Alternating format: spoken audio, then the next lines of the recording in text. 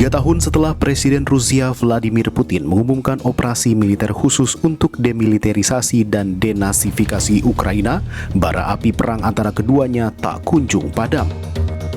Rusia mengawali invasinya pada 24 Februari 2022 dengan serangan rudal dan pengeboman terhadap beberapa kota besar di Ukraina, yakni Kiev, Odessa, Kharkiv, dan Mariupol.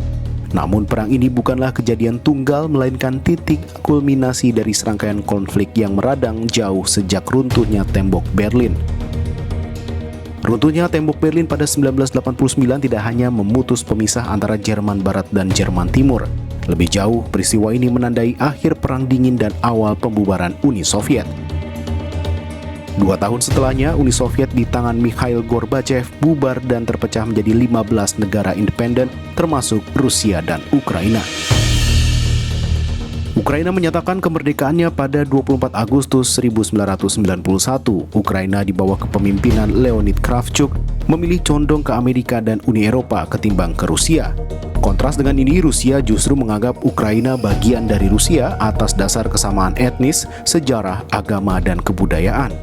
Hubungan Ukraina dan Rusia diwarnai ketegangan, salah satunya karena Kravchuk menyebutkan bahwa jaminan terbaik bagi keamanan Ukraina adalah keanggotaannya di NATO. Sebaliknya, rencana Ukraina bergabung NATO merupakan ancaman fundamental bagi keamanan Rusia. Apalagi Ukraina yang berbatasan langsung dengan Rusia menjadi zona penyangga strategis bagi Rusia. Hubungan yang pelik ini diperkeruh dengan Revolusi Oranye pada 2004. Revolusi Oranye merupakan protes besar-besaran yang dipicu tuduhan atas kecurangan Pilpres yang memenangkan kandidat pro-Rusia Viktor Yanukovych. Pemilu ulang pun digelar. Viktor Yushchenko, kandidat pro-Barat, dinobatkan sebagai Presiden Ukraina. Propaganda Rusia menyebut Revolusi Oranye adalah kedok kudeta yang diorkestrasi Amerika Serikat untuk menggulingkan Yanukovych. Berselang 10 tahun, jalanan dan alun-alun pusat kota Kiev kembali dibanjiri lautan demonstran dalam kerusuhan sipil bernama Euromaidan.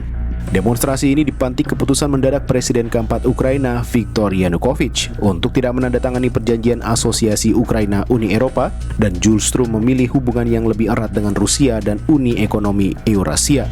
Para demonstran menuding Yanukovych adalah boneka Rusia yang terlibat dalam korupsi pemerintah, penyalahgunaan kekuasaan, pelanggaran HAM, dan pengaruh oligarki. Setelah 3 bulan pergulatan, masyarakat sipil Ukraina lagi-lagi meraih kemenangan.